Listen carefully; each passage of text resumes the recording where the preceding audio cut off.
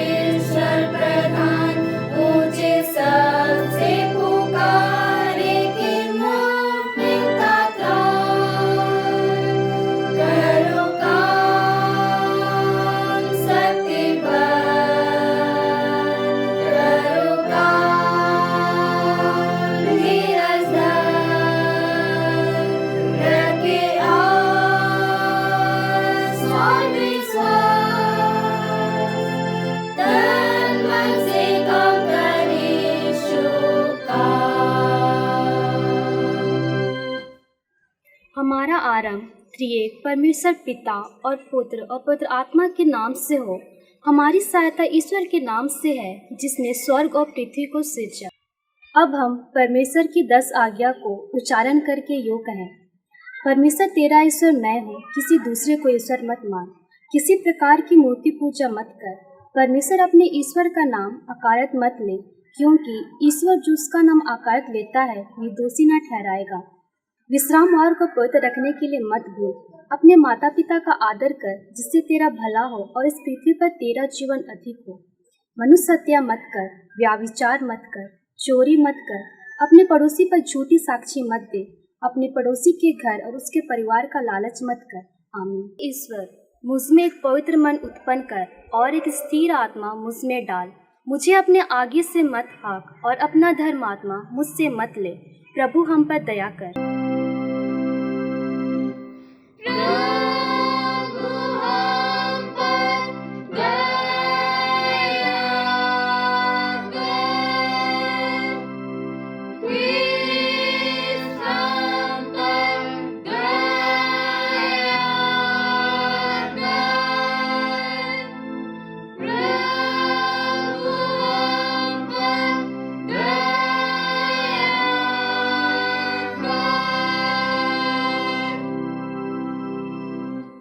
यूहन्ना 3:16 के अनुसार परमेश्वर ने जगत से ऐसा प्रेम किया कि उसने अपना इकलौता पुत्र दिया, ताकि जो कोई उस पर विश्वास करे वह नाश ना हो परंतु अनंत जीवन पाए। हालेलुया। Hallelujah, hallelujah, hallelujah.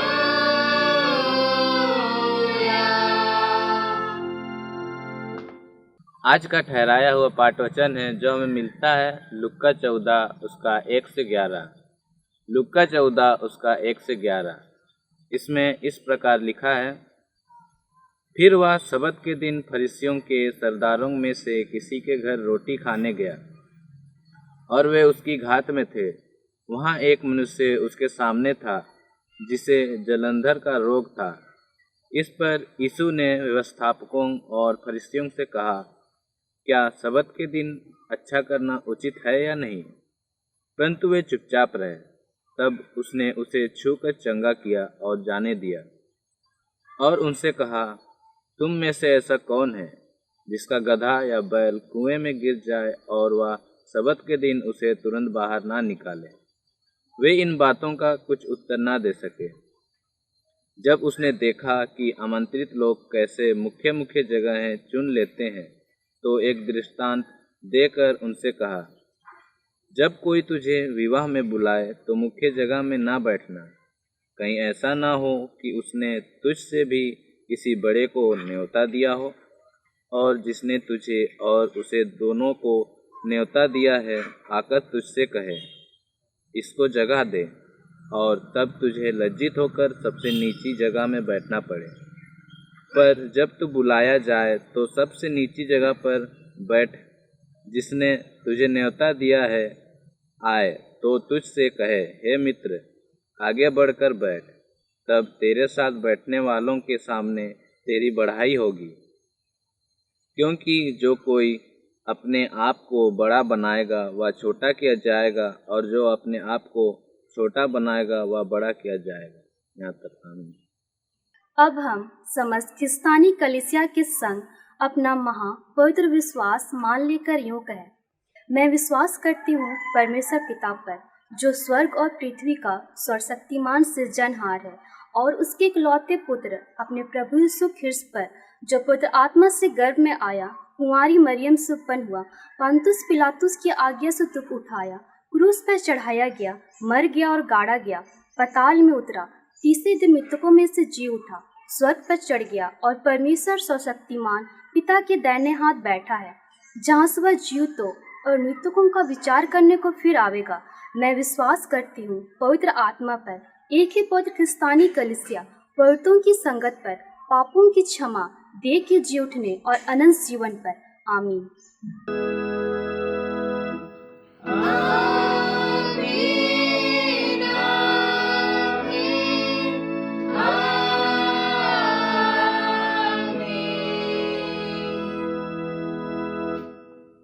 प्रभु का वचन कहता है, परमेश्वर आत्मा है और आवश्यक है कि उसकी आराधना करने वाले आत्मा और सच्चाई से आराधना करें। तो चलिए हम बढ़ते हैं वर्शिप की ओर।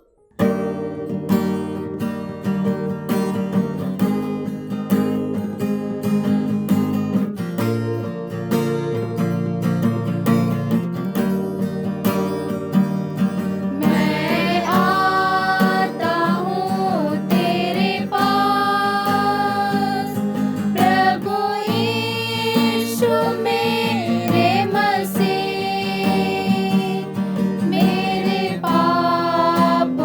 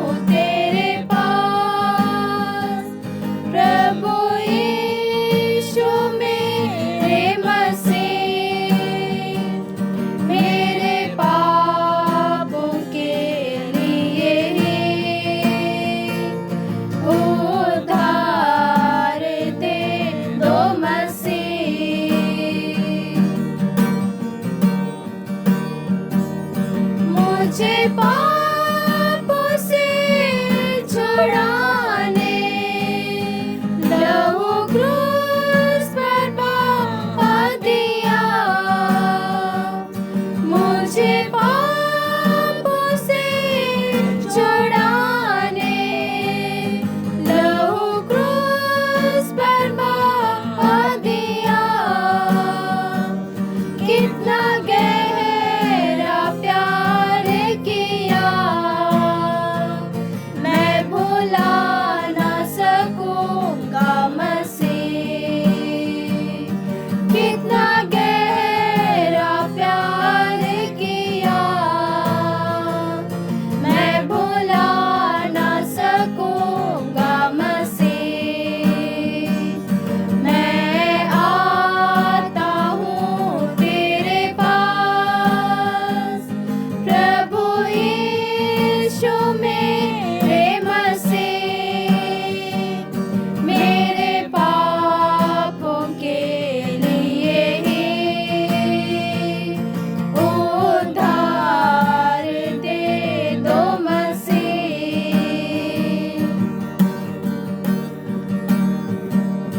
स्वीकार कर प्रभु मुझे अपने राज्य में ले ले। स्वीकार कर प्रभु मुझे अपने राज्य में ले ले। आजा तू मेरी जिंदगी में, मेरी जिंदगी तेरी मसीह। आजा तू मेरी जिंदगी में, मेरी जिंदगी तेरी मसीह। मैं आता हूँ तेरे पास, प्रभु यीशु मेरे मसीह। मेरे पापों के लिए ही उद्धार दे दो मसीह।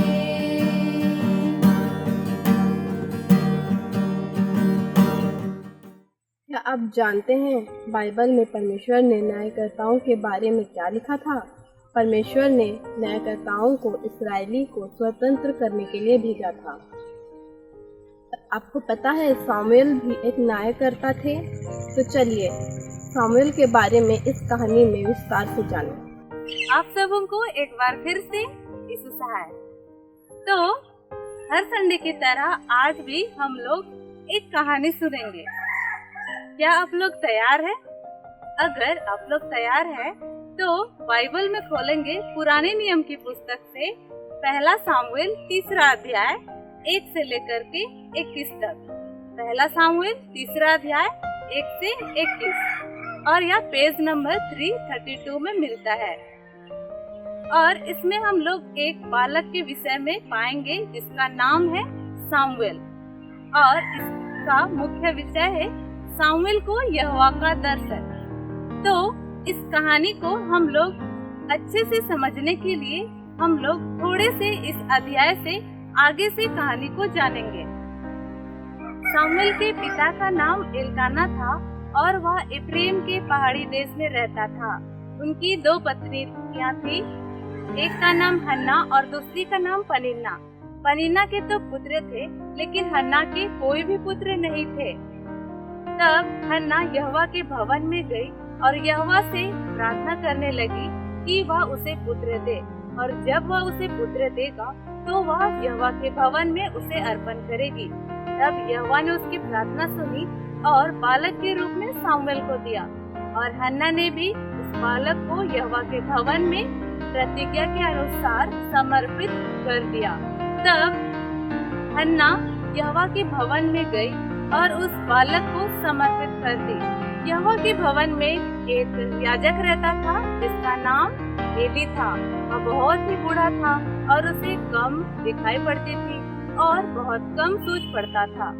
सामुएल एली के साथ यहोवा के भवन में रहता और वहाँ पे हर कामों को अर्थात सेवा टहल के कामों को करता था। उन दिनों वचन बहुत ही दुर्लभ था और दर्शन बहुत ही कम मिलते थे। एक समय की बात है जब सामुएल अपने स्थान पर लेटा हुआ था, तब उसे ऐसा लगा कि कोई उसे पुकार रहा है, तो वह एली के पास गया, क्योंकि वह एली के साथ रहता था। वह एली के पास गया और एली से कहा, क्या तूने मुझे पुकारा? एली ने कहा, नहीं बेटे, मैंने तुझे नहीं पुकारा है, जाओ जाकर फिर से लेट जाओ। इसी प्रकार उसे दूसरी बार भी ऐसे पुकारने की आवाज सुनाई दी। वह एली के पास गया, लेकिन एली ने फिर उससे कहा कि मैंने तुझे नहीं पुकारा है, जाओ जाकर लेट जाओ। फिर तीसरी बार सामुएल को पुकारने की आवाज सुनाई दी। तब वह एली के पास तीसरी बार गया और एली से कहा, क्या आ गया? क्या तूने मुझे पुकारा? एली ने कहा, नहीं, मैंने तुझे नहीं पुकारा है। तब एली समझ गया कि यहोवा परमेश्वर ने सामुएल को पुकारा है, क्योंकि उन दिनों सामुएल बहुत ही छोटा था और यहोवा परमेश्वर को नहीं जानता था। तब एली ने सामुएल से कहा, अब यदि फिर से कोई तुझे पुकारे तो तू कहना, हे यहोवा कर, क्योंकि तेरा दास सुन रहा है। तब सामुएल यह बात सुनकर अपने स्थान पर फिर से जाके लेट गया। फिर चौथी बार सामुएल को ऐसे ही पुकारने की आवाज सुनाई दी, सामुएल, हे सामुएल। तब सामुएल ने एली के बताए अनुसार कहा, हे यहोवा कर, क्योंकि तेरा दास सुन रहा है। तब यहोवा परमेश्वर सामुएल को दर्शन दिया और कहा, मैं इस्राएल पर एक ऐसा कार्य करने पर हूँ जिससे सब सुनने वालों पर सन्नाटा छा जाएगा। अर्थात वह एली के विरोध में न्याय करने पर था, क्योंकि एली ने अपने पुत्रों को जिन्होंने पाप किया था उन्हें पाप करने से नहीं रोका और यहोवा उनसे बहुत ही क्रोधित था। सामुएल सवेरे तक सोता ही रहा। जब सुबह सामुएल अपने काम पर लग गया, तब एली ने सामुएल के पास आकर कहा, हे बेटे, वह क्या बात है जो यहोवा ने तुझसे कहा? सामुएल ये सब बातें बताने से डर रहा था, क्योंकि ये सब जो बात थी वह एली के और उसके घराने के विरोध में थी। लेकिन एली ने सामुएल से कहा कि मुझसे कोई भी बात ना छिपाओ। तब सामुएल ने एली को वो हर एक बात बता दी जो यहोवा ने दर्शन में सामुएल से कहा था। एली ने सामुएल से कहा, वह तो यहोवा है और जो कुछ उसे भला जान पड़ता है वह करता है। और इस प्रकार एली जान गया कि सामुएल यहोवा का नबी होने के लिए चुना गया है। और सामुएल यहोवा के भवन में रहकर बड़ा होता गया और यहोवा परमेश्वर उसके साथ था और उसका कोई भी काम असफल नहीं होता था। वहाँ पर इज़राइल के साथ साथ आसपास के देश दान से लेके बेरशेबा तक के लोग सारे लोग यह जान गए कि सामुएल यहोवा का नबी होने के लिए चुना गया है। दूसरी बार सिलो में जो एक जगह का नाम है, यहोवा परमेश्वर ने सामुएल के सम्मुख अपने आप को वचन के रूप में प्रकट किया। तो बच्चों, आज की कहानी से हम लोग 3 लोगों के जीवन से शिक्षा को प्राप्त कर सकते हैं, जिसमें पहला है हन्ना। हन्ना के जीवन से हम लोग यह सीखते हैं कि पहला विश्वास के साथ प्रार्थना करना और दूसरा परमेश्वर के सम्मुख की गई प्रतिज्ञाओं को पूरा करना। जिस प्रकार हन्ना ने यहोवा के सम्मुख जाकर संतान प्राप्ति के लिए प्रार्थना किया और यहोवा ने उसे संतान दिया, और हन्ना ने भी यहोवा के सम्मुख जो प्रतिज्ञाएं की थी कि वह उस संतान को अर्थात बालक को यहोवा के भवन में समर्पित करेगी, और वह उस प्रतिज्ञा को पूरा की। दूसरा सामुएल के जीवन से हम लोग यह सीखते हैं, पहला हर एक छोटे बड़े भले कामों को पूरे ईमानदारी के साथ करना। दूसरा आज्ञाकारी बनना और झूठ नहीं बोलना। जिस प्रकार सामुएल एली के साथ यहोवा के भवन में रहकर भवन के हर छोटे बड़े कामों को करता था और वह एली के प्रति बहुत ही आज्ञाकारी था और एली से झूठ भी नहीं बोलता था। और शायद इन्हीं दो कारणों के कारण यहोवा परमेश्वर सामुएल के साथ था और सामुएल का कोई भी काम असफल नहीं होता था। तीसरा, एली के जीवन से हम लोग अच्छी और बुरी दोनों बातों को देखते हैं। तो इसमें अच्छी और ग्रहण करने योग्य बातें यह है कि एली ने उस बालक सामुएल को, जो उसका अपना नहीं था, उसे यहोवा के विषय में बताया। और बुरी बात जो ग्रहण करने योग्य नहीं है वह यह है कि एली ने अपने खुद के पुत्रों को यहोवा के विषय में नहीं बताया। जब वे पाप कर रहे थे तो उसने उन्हें पाप करने से नहीं रोका, जिसके कारण यहोवा एली को और उसके घराने को दंड देने पर था। तो इससे हम लोग यह सीखते हैं कि हमें यहोवा के विषय में अपने परिवार के साथ साथ अपने पड़ोसियों को और दोस्तों को भी बताना है। धन्यवाद। तो बच्चों, अभी जो आपने कहानी सुना, इस कहानी के आधार पर मैं आपसे 5 सवाल पूछूंगा और आप अपना आंसर नीचे कमेंट कर सकते हैं। पहला सवाल, आज की कहानी का विषय क्या था? ऑप्शन ए, एली को यहोवा का दर्शन। ऑप्शन बी, सामुएल को यहोवा का दर्शन। ऑप्शन सी, सामुएल का राज्याभिषेक। ऑप्शन डी, इनमें से कोई नहीं।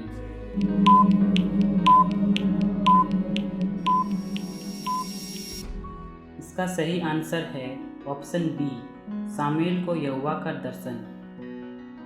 दूसरा सवाल, सामुएल की माता का नाम क्या था? Option A, Peninnah. Option B, Sapphira. Option C, Hannah. Option D, Hazira.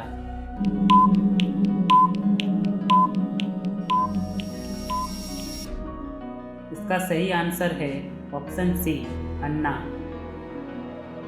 तीसरा सवाल, सामुएल किसके साथ रहता था? ऑप्शन ए, माता पिता। Option B, Eliezer. Option C, Esau. Option D, Eli.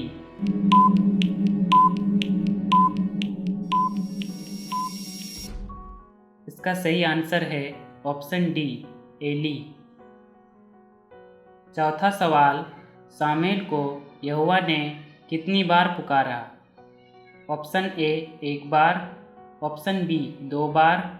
Option C, 3 बार। ऑप्शन डी, 4 बार।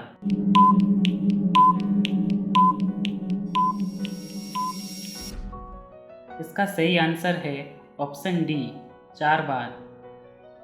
पांचवा सवाल, पहली बार यहोवा अपने को सामुएल के सम्मुख किस रूप में प्रकट किया? ऑप्शन ए, स्वप्न में। ऑप्शन बी, दर्शन में। ऑप्शन सी, वचन में। ऑप्शन डी, इनमें से कोई नहीं।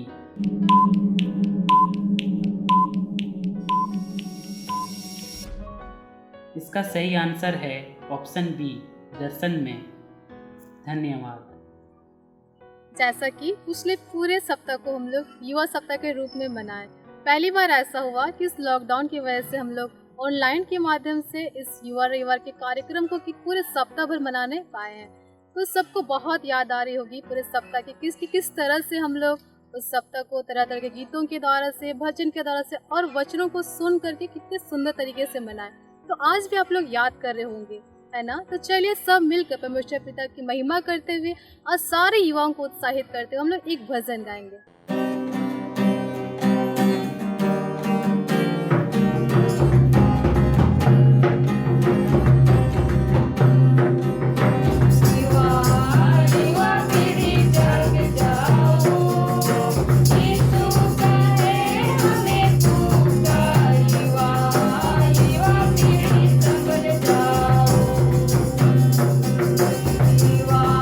युवा पीढ़ी जग जाओ।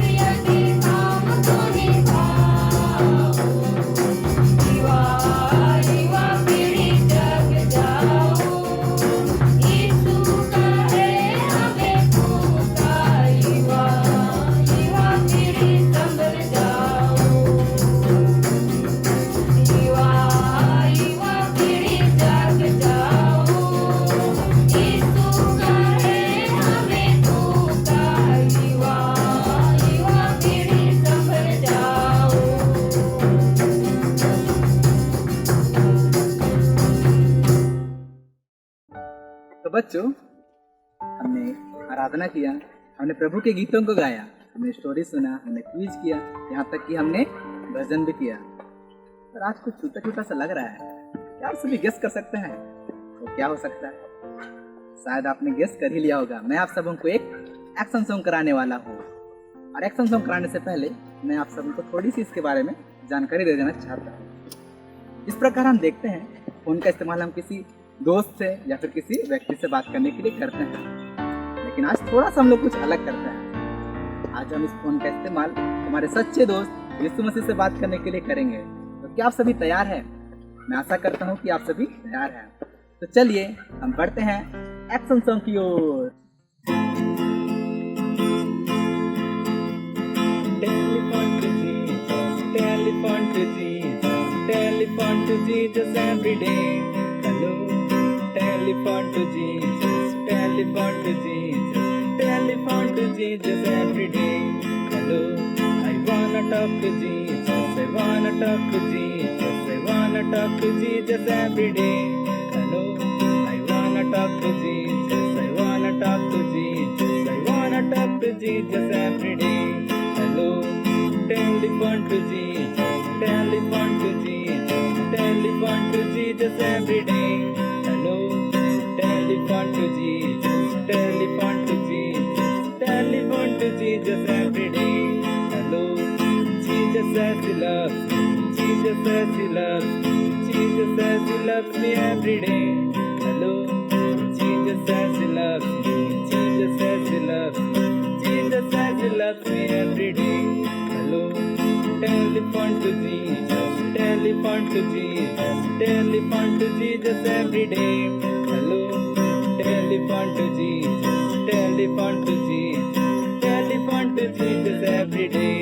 Hello, telephone to Jesus, telephone to Jesus, telephone to Jesus every day. Hello, telephone to Jesus, telephone to Jesus, telephone to Jesus every day.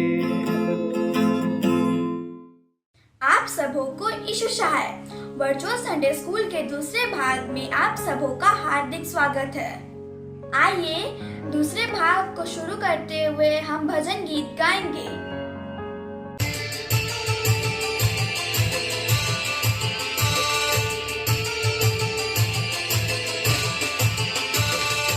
आत्मा तेरे पास आता, जगह नहीं मिलने से वापस चला जाता। आत्मा तेरे पास आता, जगह नहीं मिलने से वापस चला जाता। हे भाइयों, आत्मा के लिए तुम जगह तैयार करो। हे बहनों, आत्मा के लिए तुम जगह तैयार करो। आत्मा तेरे पास आता, जगह नहीं मिलने से वापस चला जाता। आत्मा तेरे पास आता, जगह नहीं मिलने से वापस चला जाता। हे भाइयों, आत्मा के लिए तुम जगह तैयार करो। हे बहनों, आत्मा के लिए तुम जगह तैयार करो। झूठी शिक्षा छोड़ दो, आत्मा के लिए तुम जगह तैयार करो। झूठी शिक्षा छोड़ दो, आत्मा के लिए तुम जगह तैयार करो। हे भाइयों, आत्मा के लिए तुम जगह तैयार करो। हे बहनों, आत्मा के लिए तुम जगह तैयार करो। आत्मा तेरे पास आता, जगह नहीं मिलने से वापस चला जाता। आत्मा तेरे पास आता, जगह नहीं मिलने से वापस चला जाता। हे भाइयों, आत्मा के लिए तुम जगह तैयार करो। हे बहनों,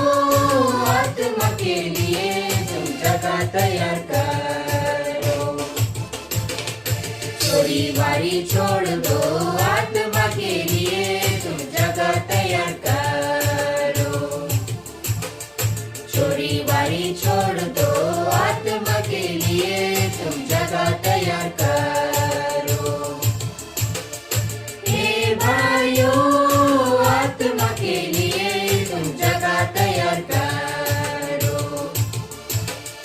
हे बहनों, आत्मा के लिए तुम जगह तैयार करो। आत्मा तेरे पास आता, जगह नहीं मिलने से वापस चला जाता। आत्मा तेरे पास आता, जगह नहीं मिलने से वापस चला जाता। हे भाइयों, आत्मा के लिए तुम जगह तैयार करो। हे बहनों, आत्मा के लिए तुम जगह तैयार करो। लोभ लालच छोड़ दो, आत्मा के लिए तुम जगह तैयार करो। लोभ लालच छोड़ दो, आत्मा के लिए तुम जगह तैयार करो। हे भाइयों, आत्मा के लिए तुम जगह तैयार करो। हे बहनों, आत्मा के लिए तुम जगह तैयार करो।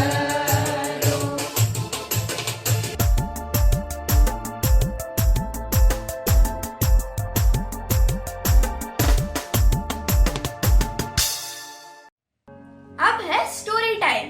आपको पता है स्टोरी में क्या हुआ? अगर नहीं पता है तो चलिए सुनते हैं। सबों को यीशु सहाय। कैसे हैं आप लोग? आशा करती हूँ कि आप लोग परमेश्वर पिता के अनुग्रह से सब कोई ठीक होंगे। तो आइए हम लोग वचन में जाने से पहले हम लोग प्रार्थना करेंगे। जिस तरह परमेश्वर का वचन कहता है कि परमेश्वर का नाम युगानुयुग धन्य है, क्योंकि बुद्धि और पराक्रम उसी के हैं। आमीन। हे जीवित ईश्वर दयालु पिता, आपको धन्यवाद देते हैं पिता परमेश्वर कि आपने बीते दिनों से लेकर अब तक हमें सुरक्षित रखा है और इस ऑनलाइन वर्चुअल संडे स्कूल में आपने हम सबों को एकत्रित किया है। प्रभु उसके लिए आपको धन्यवाद देते हैं।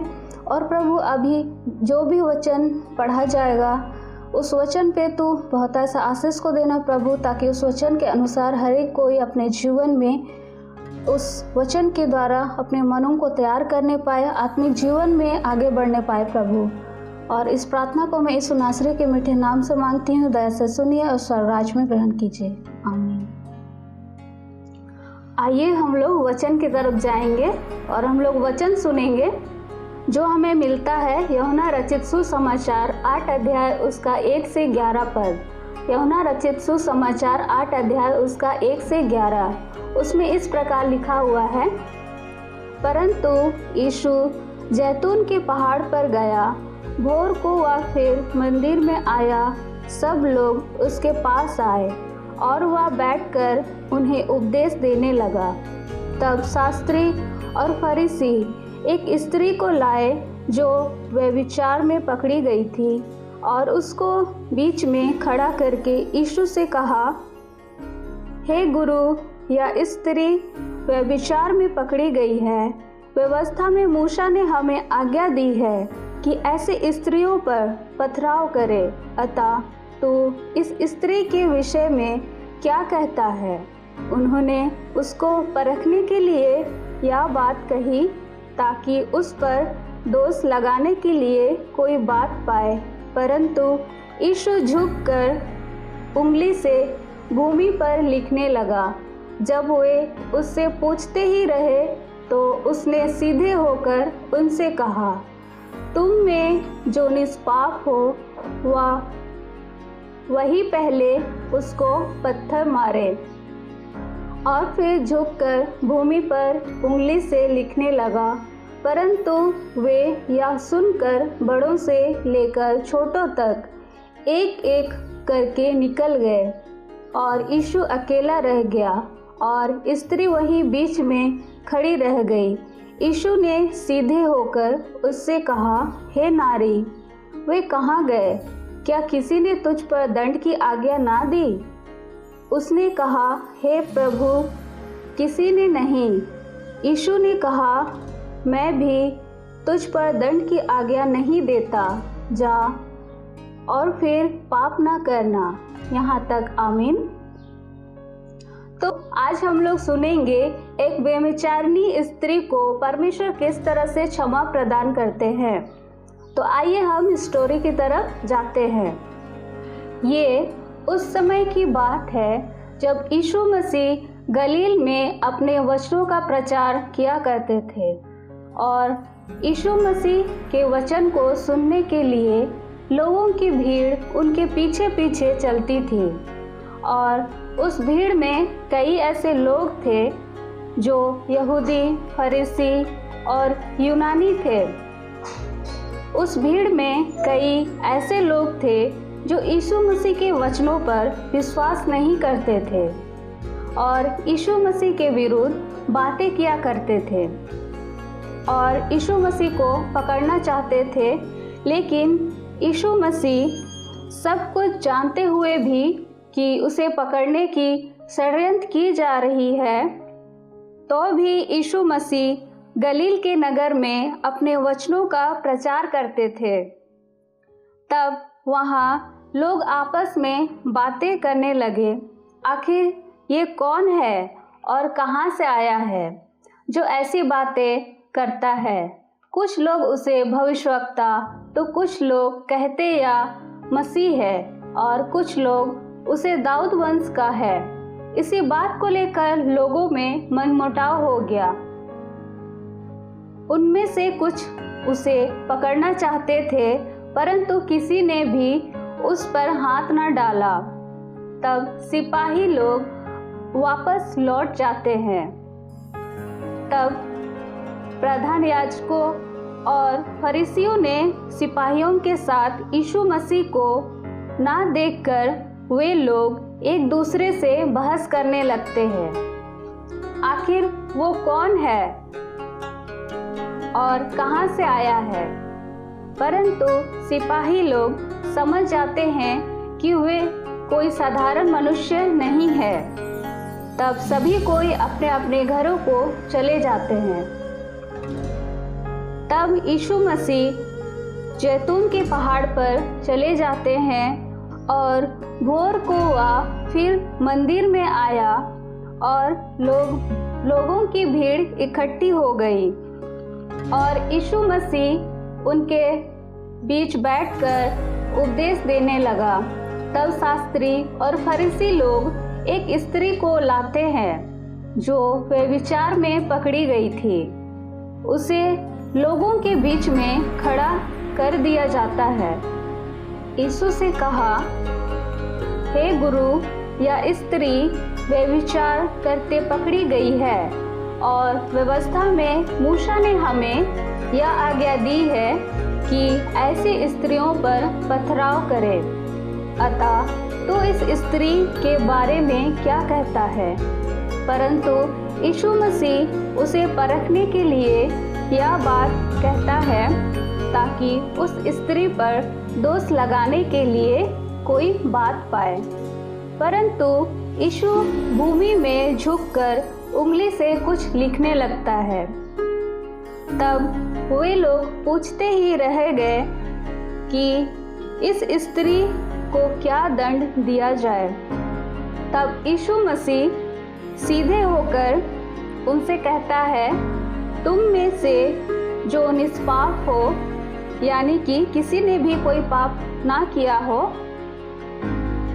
वही पहले उसको पत्थर मारे। इतना कहकर यीशु मसीह फिर से झुककर भूमि पर लिखने लगते हैं। परंतु यीशु मसीह की यह बात सुनकर बड़ों से लेकर छोटों तक एक एक करके निकल जाते हैं और यीशु मसीह अकेले रह जाता है और वह स्त्री वहीं खड़ी रहती है। तब यीशु मसीह सीधे होकर उससे पूछा, हे स्त्री, वे कहाँ गए? क्या किसी ने तुम पर दंड की आज्ञा ना दी? तब वह स्त्री रोते हुए यीशु मसीह को कहती है, हे प्रभु, किसी ने नहीं। तब यीशु मसीह ने भी उसे दंड न देते हुए यह कहा कि मैं भी तुझ पर दंड की आज्ञा नहीं देता, जा और फिर पाप न करना। तो हम लोग देखने पाते हैं कि परमेश्वर कितना दयालु और नम्र है। जिस तरह परमेश्वर ने उस व्यभिचारिणी स्त्री को क्षमा किया, उसी तरह हमें भी आज सीखने और समझने की आवश्यकता है। फिर व्यभिचार जैसे गंदे काम हमें नहीं करना चाहिए, जैसे कि वचन में भी हमें कहा गया है। मत्ती रचित सुसमाचार 5 अध्याय उसका 27 और 28 को हम लोग पढ़ेंगे। उसमें इस प्रकार लिखा हुआ है, तुम सुन चुके हो कि कहा गया था, व्यभिचार ना करना, परंतु मैं तुमसे यह कहता हूँ कि जो कोई किसी स्त्री पर कुदृष्टि डाले, वह अपने मन में उससे व्यभिचार कर चुका। जैसे कि इस वचन में हमें कहा गया है कि तुम लोग सुन चुके हो कि व्यभिचार ना करना, लेकिन आज हम लोग कई तरह से व्यभिचार में हम लोग गिरे हुए हैं और व्यभिचार हम लोग करते आ रहे हैं, जिसके कारण हम लोग पाप में गिरे हुए हैं। लेकिन आज हमें परमेश्वर के वचन को सुनने और समझने की आवश्यकता है। और एक वचन हम लोग सुनेंगे, रोमियो की पत्री 13 अध्याय उसका 14 पद में यूँ लिखा है, वरन प्रभु यीशु मसीह को पहन लो और शरीर के अभिलाषाओं को पूरा करने का उपाय ना करो। जिस तरह हम लोग वचन सुने कि परमेश्वर आज हमें पहन लो यह कहता है। आज अगर हम परमेश्वर को पहन लेंगे तो शरीर के अभिलाषाओं से हम लोग दूर रहेंगे, जैसे कि व्यभिचार जैसे गंदे कामों से हम लोग दूर रहेंगे, पाप से दूर रहेंगे प्यारो। इसीलिए आज हमें परमेश्वर को पहन लेना है ताकि हम लोग पाप में ना गिरे और आत्मिक जीवन में हम लोग आगे बढ़े। जिस तरह परमेश्वर हमें कहता है कि आज हमें व्यभिचार से बचने के लिए हमें क्या क्या करना चाहिए, परमेश्वर के इतने सुंदर वचनों के द्वारा हम लोग समझ सकते हैं कि आज हम लोग युवा अवस्था में किस तरह हम लोग व्यभिचार में पड़े हुए हैं, जिसके कारण आज हम लोग का जीवन वह नरक की ओर चला जा रहा है। लेकिन आज परमेश्वर हमें कहता है कि आज हमें उस व्यभिचार से भागने की आवश्यकता है। हम लोग बच नहीं सकते, लेकिन हमें उससे भागने की ज़रूरत है। हम जानते हैं कि ऐसे कामों से हम लोग पाप में गिरते हैं, फिर भी आज हम ऐसे व्यभिचार जैसे पाप में हम लोग गिरे हुए हैं। लेकिन आज हमें वचन के अनुसार समझना होगा, बाइबल का अध्ययन और मनन करना होगा, जिसके कारण हम लोग पाप में नहीं गिरे। अभी का जो समय है प्यारो, खुद को तैयार करने के लिए परमेश्वर ने हमें ऑनलाइन के द्वारा अपनी स्तुति महिमा करने के लिए हम सबों को प्रोत्साहित किया है, अगुवाई को दिया है प्रभु ने। इसलिए हम लोग इस वर्चुअल संडे स्कूल के द्वारा कई ऐसे वचनों को सुनते हैं, समझते हैं, जिसके द्वारा हम लोग आत्मिक जीवन में मजबूत होते हैं और परमेश्वर की स्तुति महिमा करने के लिए हम लोग इकट्ठा होते हैं प्यारो। तो इसी तरह हम लोग आज के वचन को भी हम लोग ने सुना और समझा कि किस तरह आज हमें परमेश्वर गंदे कामों से, व्यभिचार से दूर रहने के लिए कहता है और अपने वचनों के द्वारा खुद को तैयार करने के लिए कहता है प्यारो, ताकि हम लोग पाप में ना गिरे। धन्यवाद। आपने स्टोरी ध्यान से सुना ना? हाँ, चलिए, आप लोगों ने ध्यान से सुना होगा। तो अब हम बढ़ते हैं क्राफ्ट एक्टिविटी की तरफ। तो चलिए। आप सबों को यीशु सहाय। आज हम क्राफ्ट में बनाने जा रहे हैं पेपर बटरफ्लाई, जिसके लिए हमें चाहिए क्राफ्ट पेपर और सिजर।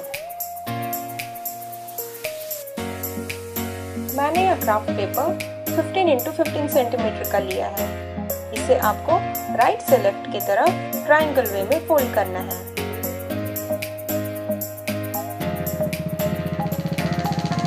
और इसी तरह लेफ्ट टू राइट की तरफ फोल्ड करना है। देन इसे ऐसे हाफ फोल्ड करना है।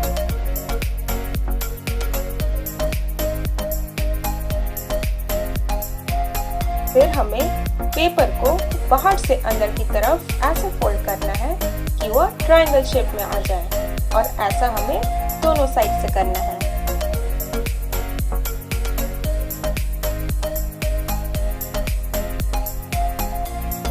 देन हमें बाहर साइड वाले कॉर्नर को कट करना है।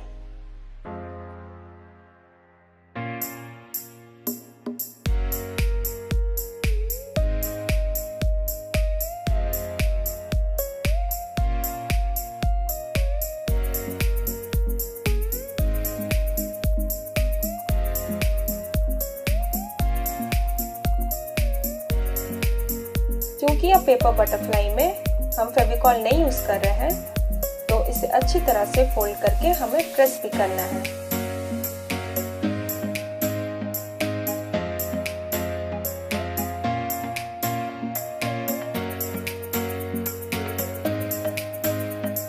और यह हमारा पेपर बटरफ्लाई का कट तैयार हो गया।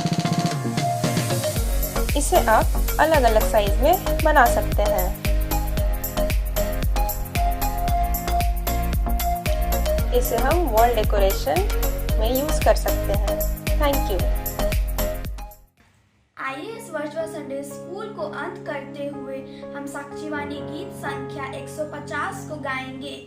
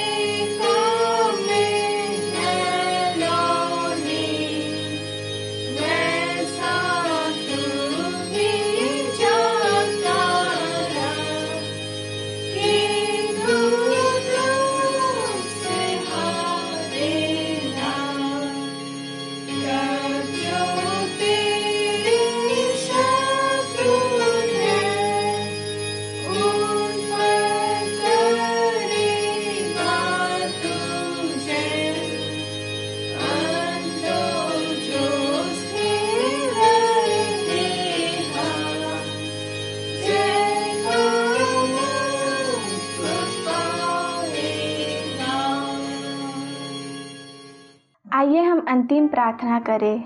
हे सर्वशक्तिमान ईश्वर दयालु पिता, हम आपको लाखों लाख धन्यवाद देते हैं पिता कि आपने बीते दिनों से अब तक हमें संभाले रखा और इस दिन को ले पहुंचाया है। पिता, हम आपको धन्यवाद देते हैं कि पूरे सर्विस में आपने हमारी अगुवाई की और हर एक चीज़ में आपने अपनी उपस्थिति दी। जो लोग भी ये वीडियो देखी है उन्हें भी आशीष दे कि जो चीज़ भी वे सीखे हैं उस पर भी अच्छी तरह से ग्रहण कर सके। पिता, हम प्रार्थना करते हैं उन लोगों के लिए जो बीमार की अवस्था में हैं, उस पर भी तो स्वर्गदूत भेज ताकि वह जल्द से जल्द ठीक होने पाए। और क्या मांगे पिता, आप तो मांगने से पहले ही सब कुछ दिया करते हैं। गुनाहों को क्षमा कर और विनती अपने प्रिय पुत्र यीशु मसीह के नाम से मांगते हैं। दया से सुन और स्वर्ग राज में ग्रहण कर। आमीन। हे हमारे पिता, तू जो स्वर्ग में है, तेरा नाम पवित्र किया जावे, तेरा राज आवे, तेरी इच्छा जैसे स्वर्ग में पृथ्वी पर भी होवे। हमारे प्रतिदिन की रोटी आज हमको दे, और हमारे अपराधों को क्षमा कर जैसे हम भी अपने अपराधियों को क्षमा करते हैं, और हमको परीक्षा में न डाल परंतु बुराई से बचा, क्योंकि राज और पराक्रम और महात्म सदा तेरे लिए है। आमीन। और हमारे पवित्र क्रिस्त की दया, ईश्वर का प्रेम और पवित्र आत्मा का मेल मिलाप हम सबों के साथ हो। आमीन। ईश्वर सहाय।